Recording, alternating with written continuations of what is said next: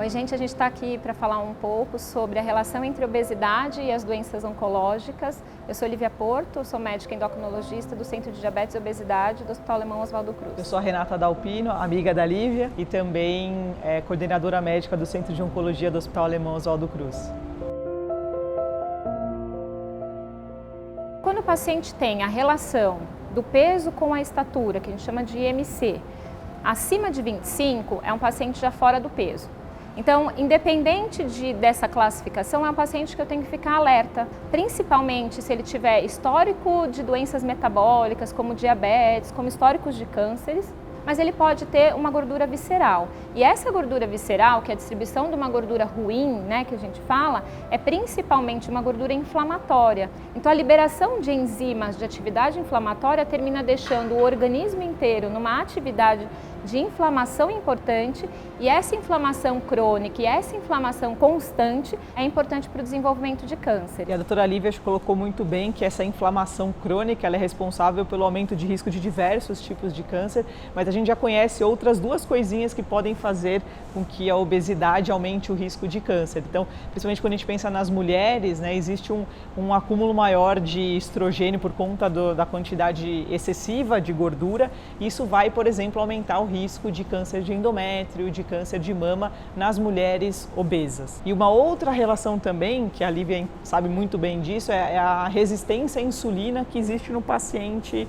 obeso. E a insulina no nosso corpo, ela funciona como um fator de crescimento, tanto para as células normais, quanto para células cancerígenas. Então é como se tivesse um estímulo para as células ficarem replicando, e isso pode sim levar ao desenvolvimento de diversos tipos de câncer. O refluxo é uma doença muito comum, bastante comum na população geral. Claro que ela é maior na população com obesidade.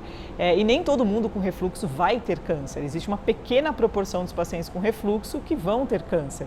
Mas a gente sabe quanto maior o grau de refluxo, quanto mais tempo o paciente ficou com refluxo durante a sua vida, maior vai ser esse risco. Então é interessante a gente observar que se a obesidade é uma doença que gera outras doenças, a gente precisa sim focar na obesidade. E às vezes o tratamento da obesidade é necessário para que eu me veja livre da doença que é o refluxo, da doença que é o diabetes, da doença que é a hipertensão arterial.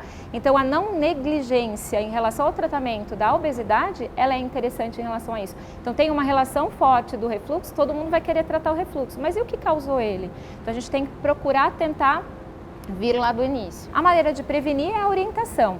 Independente da questão da perda de peso, a atividade física, então a prática de exercício físico, por exemplo, reduzir a resistência insulínica, que foi uma coisa que a Renata falou, que aumentam as chances do desenvolvimento de câncer, por si só já está como uma maneira de prevenir. Então, mesmo que a pessoa continue gordinha, não perca nada de peso, a prática regular de exercício físico já está reduzindo esse risco do paciente. Então, a procura por um estilo de vida mais adequado, por uma escolha alimentar melhor, mesmo que a gente não consiga a perda de peso, mas que exista um olhar preocupado em relação à escolha, em relação ao estilo que a pessoa leva. A perda de peso, seja ela através de dieta, da prática da atividade física ou através até mesmo da realização de cirurgias bariátricas, então a perda de peso ela vai se correlacionar com uma diminuição do risco de desenvolvimento de câncer no futuro.